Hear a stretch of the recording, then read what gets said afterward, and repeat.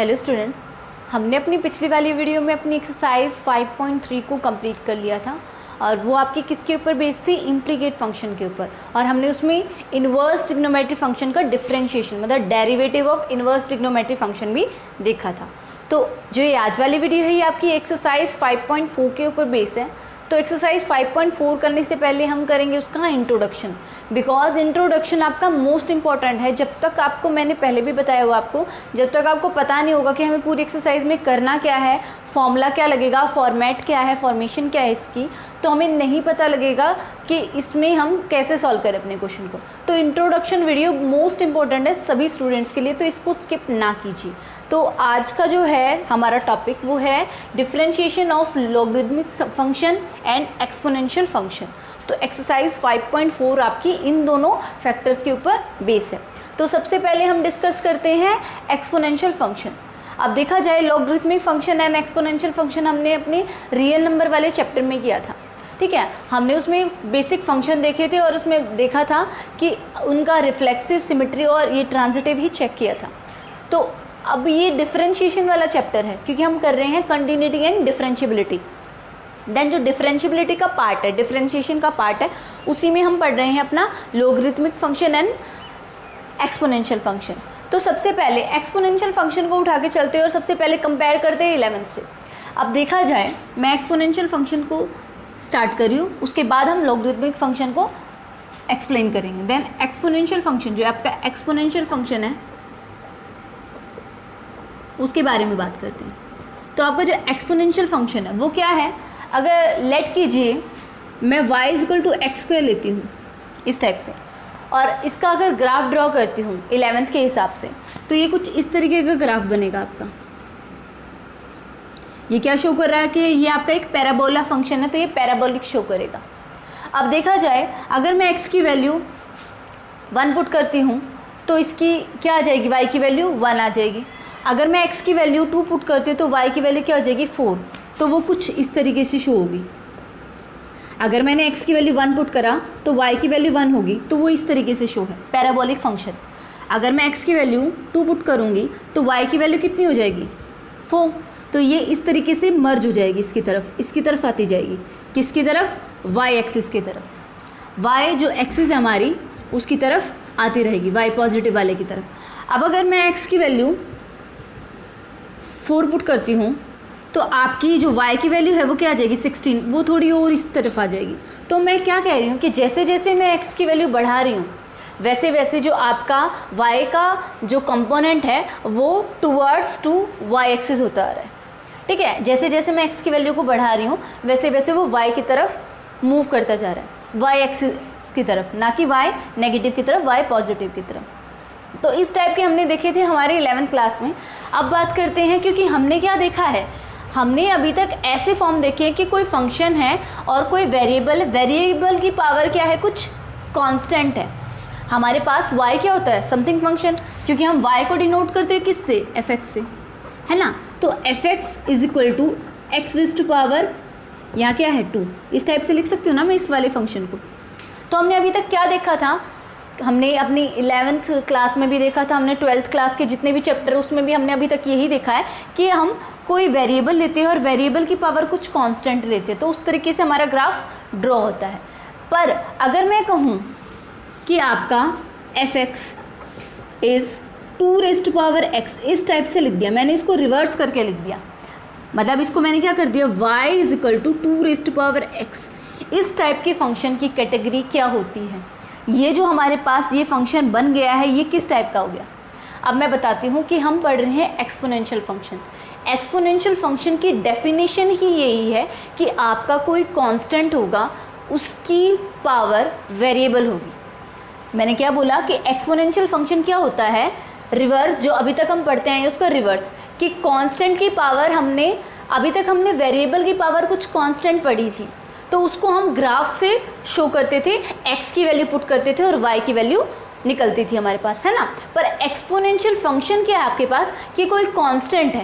Constant आपका कुछ भी हो सकता है, कांस्टेंट है और कांस्टेंट की पावर कुछ वेरिएबल है, उसको हम एक्सपोनेंशियल फंक्शन बोलते हैं। अब इसकी कंडीशन बताते हैं हम क्या क्या होती है हमारे पास। सबसे पहले मैंने क्या बोला, एक्सपोनेंशियल फंक्शन आपके पास क्या होता है कि एक कांस्टेंट लेंगे और कांस्टेंट की पावर कुछ वेरिएबल लेंगे। तो मैं आपके पास एग्जांपल लिखती हूँ बहुत सारे। सबसे पहले इसका जो नेसेसरी कंडीशन है, जो इसकी इनिशियल कंडीशन है, वो क्या होती है कि अगर हमारा y is equal to constant अगर a है उसकी पावर x है, वहाँ पर a ऑलवेज ग्रेटर देन 1 होना चाहिए। इसकी ये आप मान लीजिए नेसेसरी है कि आपकी जो कांस्टेंट है वो हमेशा 1 से बड़ा होना चाहिए, ठीक है। क्योंकि अगर 1 रखेंगे, अगर लेट कीजिए अगर a की वैल्यू हम 1 रखें तो 1 की पावर x, उसका तो क्या हो जाएगा ये y इज इक्वल टू ये, तो y is equal to x ही हो जाएगा। तो ये कोई है नहीं। तो आपका हमेशा क्या होगा कि जो कांस्टेंट है उसकी पावर क्या, उसकी वैल्यू क्या होनी चाहिए 1 से बड़ी। नेगेटिव नहीं लेंगे हम कभी भी, उसकी क्या लेंगे पॉजिटिव, ठीक है। अब देखा जाए तो y क्या है, एक डिपेंडेंट वेरिएबल है ना, because y depend on x। हमने अभी तक यही देखा था ना कि y डिफरेंशिएशन करते थे तो dy अपॉन dx किसकी रिस्पेक्ट में करते थे, x। तो x आपका इंडिपेंडेंट वेरिएबल था और y आपका डिपेंडेंट वेरिएबल। तो y आपका डिपेंडेंट वेरिएबल ही है और जो कांस्टेंट है, कांस्टेंट की पावर हमेशा क्या होगी, इंडिपेंडेंट वेरिएबल, ठीक है। तो जो कांस्टेंट है उसकी पावर क्या होगी, इंडिपेंडेंट वेरिएबल। अगर मैं कुछ इस तरीके से लिख दूं, y is equal to 2 raise to power x, ये भी आपका क्या है, एक एक्सपोनेंशियल फंक्शन। अगर मैं लिख दूं y is equal to 10 raise to power x, ये भी आपका क्या है, एक एक्सपोनेंशियल फंक्शन। क्योंकि बहुत सारे ऐसे बच्चे हैं उन्होंने अभी तक fx is equal to e raise to power x इसको देखा है, वो कहते हैं ये एक्सपोनेंशियल फंक्शन है। उनको ये नहीं पता कि जितने भी कांस्टेंट है और कांस्टेंट की पावर x है, वो आपकी कांस्टेंट की पावर वेरिएबल है, वो आपका हमेशा एक्सपोनेंशियल फंक्शन होता है। अब ये e है, अगर e को डिफरेंशिएट करें, e की स्पेसिफिक वैल्यू निकालें तो e की वैल्यू क्या होती है, 1 plus 1 upon 1 factorial plus 1 upon 2 factorial plus 1 upon 3 factorial and so on, इस तरीके से चलती रहती है। और इसकी वैल्यू क्या होती है, 2 से छोटी और 2 से बड़ी और 3 से छोटी। जो e की वैल्यू होती है, ये e की वैल्यू ये हमेशा किसके अंदर लाई करती है, 2 पॉइंट समथिंग के में, 2.03 इस टाइप से। तो आप वैल्यू भी निकालते होगे, अगर कोई नॉन मेडिकल का स्टूडेंट है तो वो समझ गया होगा कि e की वैल्यू 2.03 हम क्यों लेते हैं, क्योंकि ये इस तरीके से हम उसको डिफरेंशिएट करते हैं, ठीक है। तो ये जो e है आपका, जिसको आप एक्सपोनेंशियल फंक्शन अज्यूम करके चले हुए थे कभी से कि ये आपका एक्सपोनेंशियल फंक्शन है, ये आपका एक्सपोनेंशियल फंक्शन है, पर ये भी आपके क्या है, एक्सपोनेंशियल फंक्शन। तो हमने एक्सपोनेंशियल फंक्शन क्या बताया मैंने आपको, कि आपका ऐसा कोई फंक्शन इंडिपेंडेंट वेरिएबल उसकी पावर होगी किसी भी कांस्टेंट की, और वो आपका आंसर देगा हमेशा डिपेंडेंट वेरिएबल का। मतलब dependent variable is equal to constant and उसकी पावर इंडिपेंडेंट वेरिएबल। इस टाइप का जो फंक्शन होता है वो आपका एक्सपोनेंशियल फंक्शन होता है, ठीक है। तो अब हम देखेंगे सबसे पहले इसका डेरिवेशन, मतलब इसके डिफरेंशिएशन और इसके रिलेटेड फॉर्मूले। तो आप इसको नोट कीजिए। ओके गाइस, देन हम देखेंगे अभी डिफरेंशिएशन ऑफ एक्सपोनेंशियल फंक्शन। तो एक बात पहले और बताना चाहती हूँ आपको। सबसे पहले अगर y is equal to a x है, मैंने आपको बोला था इसकी कंडीशन क्या होगी, a इज़ ग्रेटर देन 1, ये आपकी इसकी नेसेसरी कंडीशन है। अगर लेट कीजिए, मैंने कहा है आपका जो x है वो कुछ भी हो सकता है, उसकी वैल्यू नेगेटिव पॉजिटिव कुछ हो सकती है, पर आपका आंसर ऑलवेज क्या आएगा, पॉजिटिव आएगा। वो कैसे आएगा, जैसे लेट कीजिए अगर x की वैल्यू 0 है, अगर x की वैल्यू 0 है तो y की वैल्यू क्या आ जाएगी, 1, क्योंकि किसी भी कांस्टेंट की पावर 0 वो किसको टेंस करता है, 1 को। तो देखा जाए तो इसकी जो वैल्यू निकलेगी वो निकलेगी 0 एंड 1, इस टाइप से निकलेगी। तो आपकी जो y की वैल्यू है वो टेंडिंग्स टू 0 तो होगी पर कभी नेगेटिव नहीं होगी। आपका जो फंक्शन है वो कभी नेगेटिव नहीं होगा, वो टुवर्ड्स 0 हो सकता है पर आपका कभी नेगेटिव नहीं हो सकता। ये बात एक तो बताने की थी। दूसरी, अगर मैं y is equal to a raise to power x, आपका यही है फंक्शन, और मैं कह देती हूँ x की पावर -2 है, इस टाइप से -2 है, तो वो आपकी आ क्या जाएगी, y is equal to a raise to power -2, और ये आपकी हो जाएगी y is equal to 1/a/2, a raise to power 2। तो हमेशा वो पॉजिटिव आंसर शो करेगी, ठीक है। अब देखा जाए तो एक्सपोनेंशियल फंक्शन है, ये है आपका, ये आपका एक्सपोनेंशियल फंक्शन है, इसका डिफरेंशिएशन करेंगे तो इसका डिफरेंशिएशन का फॉर्मूला क्या होता है एक्सपोनेंशियल फंक्शन का, हमेशा कि सबसे पहले ये आपका एक फंक्शन है y और ये आपका क्या है कांस्टेंट और उसकी क्या है वेरिएबल, पावर है उसकी।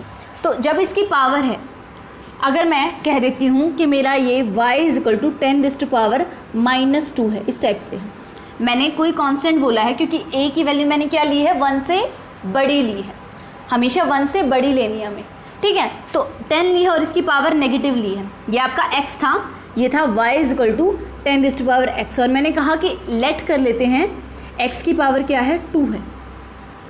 हमें वैसे लेट करके नहीं चलना, इसमें हमें ज्योमेट्रिकल रिप्रेजेंटेशन नहीं देना अपना, सिर्फ मैं आपको समझाने के लिए कर रही हूँ कि ये कभी आपकी जो y की वैल्यू है कभी नेगेटिव नहीं होगी, हमेशा पॉजिटिव निकलेगी, ये बताने के लिए बोल रही हूँ।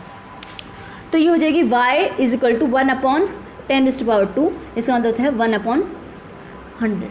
तो आपकी हमेशा जो नेगेटिव में अगर पावर होती है, क्योंकि मैंने बोला है आपकी पावर नेगेटिव या पॉजिटिव कुछ भी हो सकता है, पर आपका कांस्टेंट और आपका जो फंक्शन है वो ऑलवेज रियल निकलेगा, वो ऑलवेज पॉजिटिव रियल नंबर निकलेगा। तो मैं कह सकती हूँ एक हिसाब से कि जो एक्सपोनेंशियल फंक्शन है of y is always r+2r, कि हम क्या हमारे पास r+ निकलेगा हमेशा, चाहे हम वैल्यू कुछ भी पुट कर ले, अपनी पावर की वैल्यू कुछ भी पुट कर ले, x की वैल्यू डिपेंडेंट वेरिएबल की हमेशा पॉजिटिव आएगी, चाहे हम इंडिपेंडेंट वेरिएबल की कुछ भी वैल्यू पुट कर ले। तो ये आपको बताने का था कि अगर हमारी पावर 0 होती है तो हमारा एक्सपोनेंशियल फंक्शन 0 और 1 के बीच में लाई करेगा, पर टेंडिंग्स टू 0 होगा, पर कभी नेगेटिव नहीं होगा। दूसरा, अगर किसी की पावर नेगेटिव होगी तो ऑलवेज उसका जो फंक्शन का आंसर है वो हमेशा किस में निकलेगा, पॉजिटिव में निकलेगा। तो हमने ये 2 केसेस देख लिए, इनमें दोनों क्या था, पॉजिटिव। अब करते हैं differentiation of exponential function. Okay guys, then मैंने आपके पास बेसिक एग्जांपल लिए हैं जिसको हमने बोला था ये आपका डिनोटेड एक्सपोनेंशियल फंक्शन है। तो इनका डिफरेंशिएशन देखते हैं क्या होता है, उसके बाद हम करेंगे एक्सपोनेंशियल जो फंक्शन है उसकी प्रॉपर्टीज़ कि कौन कौन सी प्रॉपर्टी होल्ड करवाता है।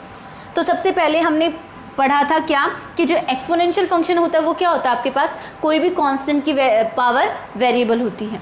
अब इसका डिफरेंशिएशन करेंगे तो वो ऑलवेज क्या निकलेगा आपके पास, a⁻x, आपका जो फंक्शन है वो as it is log of base of e of a, मतलब आपका जो एक्सपोनेंशियल फंक्शन होगा वो किस में निकलेगा, लॉगरिथमिक e में निकलेगा। हमेशा जो एक्सपोनेंशियल फंक्शन का डिफरेंशिएशन होगा वो किस में निकलेगा, लॉगरिथमिक e एंड वो कांस्टेंट फंक्शन जो हमारे पास जिसकी पावर थी।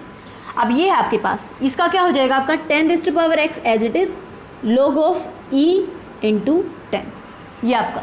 तो हमेशा आपका जो डिफरेंशिएशन ऑफ एक्सपोनेंशियल फंक्शन है वो इसी टाइप से निकलेगा कि जो आपका वेरिएबल है, जो आपका फंक्शन है वो एज इट इज़, और फंक्शन की हम एक्सपोनेंशियल निकालेंगे। अब देखा जाए तो इसका आप सभी को पता है e⁻x का डिफरेंशिएशन e⁻x ही होता है। वो कैसे होता है वो मैं आपको बता रही हूँ कि ये यही होगा कि e⁻x and log of e of e, because base of e और आपका जो कांस्टेंट है वो क्या है e, और ये आपका इक्वल टू ऑलवेज 1 होता है। तो इसलिए आपने हमेशा पढ़ा है differentiation of e⁻x is always e⁻x, ये यहाँ से निकला है। पर बहुत सारे बच्चों को ये पता नहीं होता कि जो हमारा जो एक्सपोनेंशियल फंक्शन है उसका इस टाइप से हमारे पास डिफरेंशिएशन होता है, ठीक है। अब आगे देखते हैं इस टाइप से कि अगर e⁻2x है उसका डिफरेंशिएशन कैसे होगा। सबसे पहले जो 2x है उसको हम एग्जैक्ट 2x करके नहीं करेंगे, सबसे पहले हम उसको लेट करेंगे t। तो लेट कर लेते हैं, जो 2x है ना हमारे पास वो क्या है, t है। तो सबसे पहले इसका हो जाएगा e⁻t × log of exponential of e। तो ये तो आपका 1 हो गया है ना, इसके हिसाब से ये तो 1 हो गया आपका। उसके बाद t का भी करेंगे क्योंकि हम क्या करते हैं, x का भी करते हैं, क्योंकि हम differentiation with respect to x करके चलते हैं। अब t का करेंगे, t का क्या हो जाएगा 2 × dt/dx। तो यहाँ पर क्या आ जाएगा × 2। मैं दोबारा बता देती हूँ, जो 2x है उसको हमने t मान लिया, देन उसका जो हमारे पास हो जाएगा वो हो जाएगा एक्सपोनेंशियल ऑफ t और logarithmic of base e of constant e, और आपका t का करेंगे तो t का क्या हो जाएगा यहाँ पर 2। तो यहाँ पर ये t हटा के हम क्या लिख देंगे वापस 2x, और ये आपका इस टाइप से दिखाई देगा। ठीक है। तो हमेशा पता होगा कि अगर हम सिंपल सी भाषा में देखें, सिंपल भाषा में, ये तो आपका फॉर्मूला था ई रेस्ट पावर एक्स का, आपका e raised power x as it is, फिर 2x का करेंगे 2x का 2, ऐसे करते हैं ना। E raised power x as it is वही है, ई रेस्ट पावर एक्स का differentiation e raised power x, power कुछ भी हो एज इट इज़ आ जाएगी, छाप दो उसको। उसके बाद हमारे पास जो वेरिएबल है इस टाइप से 2x है, उसको क्या करेंगे 2।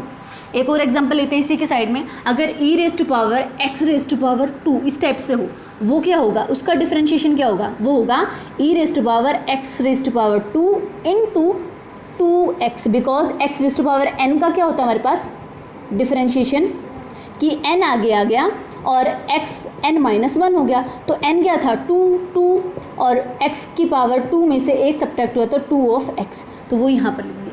तो ये सारी बेसिक हैं, हमने जो स्टार्टिंग में डिफरेंशिएशन सीखा था उसके हिसाब से हैं।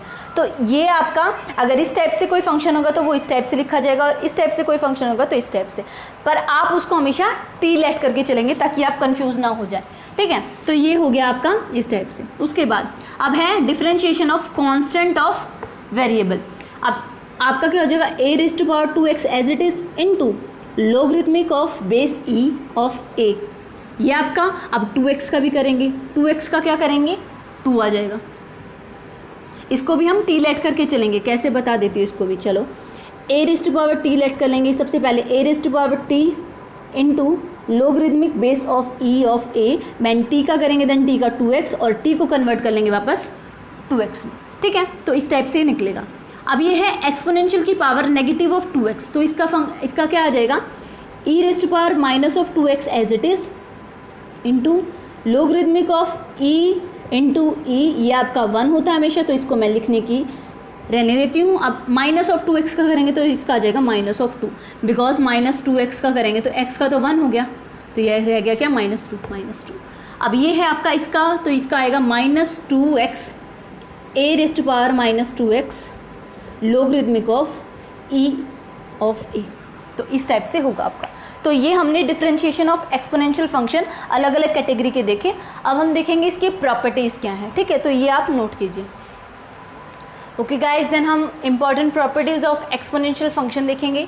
वो क्या है आपके पास, ये आपका कांस्टेंट है, कांस्टेंट की पावर वेरिएबल, कांस्टेंट की पावर वेरिएबल दोनों आपका मल्टीप्लिकेशन में तो दोनों ऐड हो जाएंगे। ये आपकी वही है बेसिक प्रॉपर्टी कि आपकी x raise to power n into x raise to power m होती है, तो वो आपकी x raise to power n plus m होती है।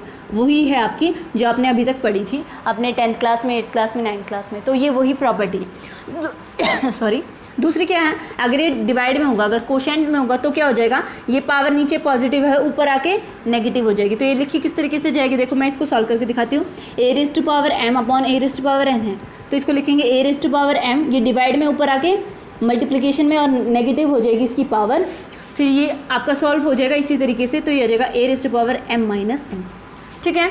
अगर हमने ये भी देखा था, अगर हमने पावर की पावर होती है तो वो क्या होती है, एक दूसरे से मल्टीप्लाई, तो ये हो जाएगी x रेज़ टू पावर 8 इस टाइप से। तो अगर पावर की पावर होती है तो वो आप अपने आप में क्या हो जाती है, मल्टीप्लिकेशन। तो ये हमारी जो important property of exponential function की है वो आपके पास ये 3 थी। अच्छा, मैंने एक रिमार्क बनाया हुआ बेटा आपके लिए, वो क्या है, अगर एक्सपोनेंशियल की पावर लोगरिथमिक फंक्शन होता है, अगर एक्सपोनेंशियल की पावर लोगरिथमिक फंक्शन होता है तो वो उस फंक्शन का कोफिशिएंट निकल जाता है। अगर यहाँ पर 2 है देन 2 निकल जाएगा, 5 है देन 5, x है तो x निकल गया, पर शर्त क्या होनी चाहिए कि x इज़ ग्रेटर देन 0 होना चाहिए, ठीक है। हमारा जो एक्सपोनेंशियल फंक्शन की कैटेगरी क्या थी कि आपका a is always greater than 1 होना चाहिए, पर इस वाले फंक्शन में क्या हो जाएगा कि लोग की जो आपके पास जो यहाँ पर वैल्यू होगी ये आपकी 0 से बड़ी होनी चाहिए, कुछ भी हो सकती है 1 2 3 4 समथिंग कुछ भी, पर जब इसका एक्सपोनेंशियल फंक्शन का डिफरेंशिएशन निकालेंगे वो हमेशा क्या निकलेगा, x निकलेगा। ओके गाइस, देन हम स्टार्ट कर रहे हैं अपना लॉगरिथमिक फंक्शन, इसका सेकंड पोर्शन हमारी एक्सरसाइज का। तो लॉगरिथमिक फंक्शन क्या है आपका कि सबसे पहले अगर हम एक्सपोनेंशियल फंक्शन देखें तो हमने क्या देखा था, b raise to power x is equal to y, इस टाइप से देखा था हमने, b raise to power x is equal to y, ठीक है। देन जहाँ पर b आपका ग्रेटर देन 1 एंड y आपका ग्रेटर देन 1, या इसकी मतलब क्या कह सकते हैं, ये आपकी क्या होगी हमेशा positive, then y is equal to always positive, और आपकी जो x है वो आपकी कोई भी रियल नंबर हो सकता है, ठीक है। तो इसको हम जब हमने इसका डिफरेंशिएशन करा था तो कैसे करा था कि हमारा क्या हो जाता था, ये आपका log of base of b of x is equal to y, है ना। तो ये हमारा डिफरेंशिएशन हो जाता था एक्सपोनेंशियल फंक्शन का। अब हम कर रहे हैं लोगरिथमिक फंक्शन, तो लोगरिथमिक फंक्शन होगा उसके पास आपके जो एक्सपोनेंशियल फंक्शन होगा ना उसकी डिफरेंशिएशन वाली फॉर्म होगी, इस टाइप से, इस तरीके से लिखी होगी। तो हमें इसको सॉल्व करना होना चाहिए। जैसे अगर मैं कह दूँ 2⁻³ is equal to 8, 2⁻³ is equal to 8, इसका मतलब क्या है कि आपका जो लोगरिथमिक फंक्शन ऑफ 2 है, हम जब उसका हमारा आंसर 8 आ रहा है, कब, जब हम उसकी पावर क्या करें 3। यहाँ करेक्शन करूँगी, यहाँ y आएगा और यहाँ पर x होगा, बिकॉज इसकी पावर है, देन पावर आपकी इक्वल में होगी। तो कोई भी लोगरिथमिक फंक्शन अगर बाय डेफिनेशन देखें तो लोगरिथमिक फंक्शन हमारा क्या होगा कि हमें हमेशा बेस की पावर देगा। कोई भी लोगरिथमिक फंक्शन है वो हमें बेस की पावर देता है, जिससे कि हम उसकी वैल्यू पता कर सकते हैं, ठीक है। तो बेसिक यही है आपका कि अगर लोगरिथमिक, अगर मैं कहूँ लोग बोल दूँ या लोगरिथमिक बोल दूँ of n of x is equal to some a, then इसका मतलब क्या है कि आपकी जो बेस है वो n है, उसकी पावर a है और वो आपको क्या दे रहा है, x दे रहा है, ठीक है। जो आंसर है वो आपका इधर लिखा जाता है, ठीक है। तो आपका n कोई भी नेचुरल नंबर हो सकता है, ठीक है। अगर हम यहाँ पर बात करें हैं तो हमारी 2 कैटेगरी के लोगरिथमिक फंक्शन होते हैं, एक होते हैं नेचुरल लोगरिथमिक फंक्शन और एक होता है कॉमन लोगरिथमिक फंक्शन। तो वो करना चाहेंगे हम सबसे पहले। जो नेचुरल और कॉमन होता है उसमें क्या फ़र्क होता है, देन आपका जो नेचुरल लोगरिथमिक फंक्शन होता है और कॉमन लोगरिथमिक फंक्शन होता है उसमें क्या फ़र्क होता है। अगर आपकी लोग का जो बेस होता है वो e होता है किसी भी x पर और आपको y उसकी पावर गिवन होती है। अभी हमने इसको सॉल्व करना देखा था एक्सपोनेंशियल फंक्शन में, अगर लोगरिथमिक ऑफ बेस e होता है और वो x होता है इक्वल टू l होता है, इक्वल टू y होता है, इस टाइप की रिप्रेजेंटेशन को हम कहते हैं नेचुरल लोगरिथमिक फंक्शन, जिसको हम ln x से भी नोट करते हैं, ठीक है। कई जगह पर क्योंकि NCERT में इस तरीके से लिखा रहता है हमेशा log ऑफ x, इसका मतलब वही होता है कि इसका बेस क्या होगा, e होगा, वहाँ पर e को नेगलेक्ट कर देते हैं। तो e अगर आपके पास मिले तब भी आपका नेचुरल लोगरिथमिक फंक्शन, अगर e आपको ना मिले, आपको सिंपल ऐसे मिले, तब भी इसको हम कहेंगे नेचुरल लोगरिथमिक फंक्शन, ठीक है।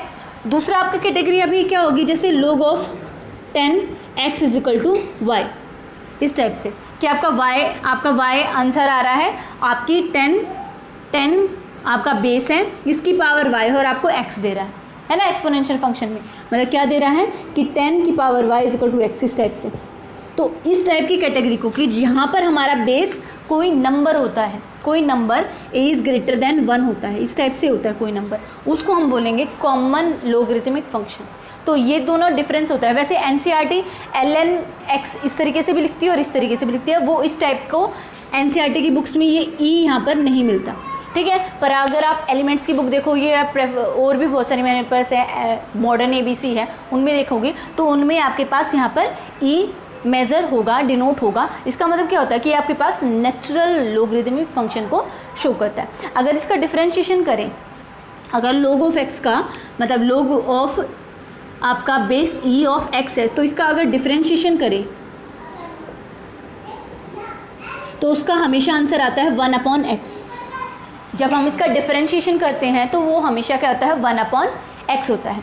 और इसका हमने अभी डिफरेंशिएशन देखा था, ये आपका किस तरीके से हो जाएगा, ये आपका हो जाएगा 10⁻x into log of e and आपका बेस 10, इस टाइप से।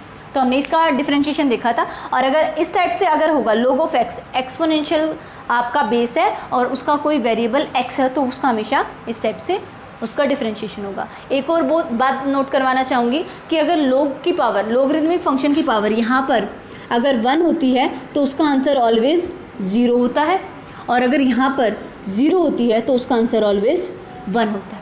कैसे? क्योंकि हम इसी कैटेगरी में उसको डिनोट करके चलेंगे और उसकी वैल्यू निकालेंगे। तो ये दोनों बात आप ध्यान रखना कि अगर log 1 होता है तो उसका आंसर 0 होता है और log 0 होता है उसका आंसर 1 होता है। वैसे इसका ग्राफिकल रिप्रेजेंटेशन भी है पर वो आपका नहीं आएगा, तो वो आप रहने दीजिए, सिर्फ आप वैल्यू याद कर लीजिए। ओके गाइज, जैसे हमारी एक्सपोनेंशियल फंक्शन की प्रॉपर्टीज़ थी ऐसे ही हमारी लोगरिथमिक फंक्शन की प्रॉपर्टीज़ है, सेम टू सेम वैसे है, सिर्फ इसके आगे लोग लगा हुआ है। अब हमारे पास है log of base of a m n, multiply में है, प्रोडक्ट में है, तो ये हो जाएगा लोग ऑफ एम प्लस में लोग ऑफ एन। यहाँ पर मैं ए को यहाँ पर अभी नहीं बोल रही हूँ, आपको मतलब होना चाहिए कि log of base of a and m आपका कोई भी फंक्शन दे रहा है। उसके बाद अगर आपके पास लोग ऑफ एम अपॉन एन होता है, मतलब आपका पी अपॉन क्यू फॉर्म में होता है, तो वो होता है log of a of m minus log of a of n. ठीक है, जिसका बेस ए है और एम पे जा रहा है, जिसका बेस ए है वो एन पे जा रहा है, इस टाइप से। तो लोग ऑफ अगर एम की पावर एन है, अगर लोग वाले फंक्शन में किसी फंक्शन की पावर समथिंग है तो वो आपके हो जाते हैं, पावर आगे आ जाती है और लोग ऑफ वो फंक्शन एज इट इज़ रह जाता है। दूसरा आपका log of a of m and log of b of a, इस टाइप से आपका होगा। तो देखा जाए तो यहाँ पर दोनों में ए कॉमन, ए को नेग्लेक्ट करके आपके पास हो जाएगा log of base of b of m. ठीक है, हमारे पास फिफ्थ हमारी प्रॉपर्टीज़ आती हैं। आपको इसको एज इट इज़, हम इसको जब क्वेश्चन करेंगे, जब ये हमारे पास जितनी भी प्रॉपर्टी है एक्सपोनेंशियल की, लोगरिथमिक फंक्शन की, तो हमारी ये एज इट इज़ यूज़ होंगी, तो इसलिए मैं इन प्रॉपर्टीज़ को बता रही हूँ आपको।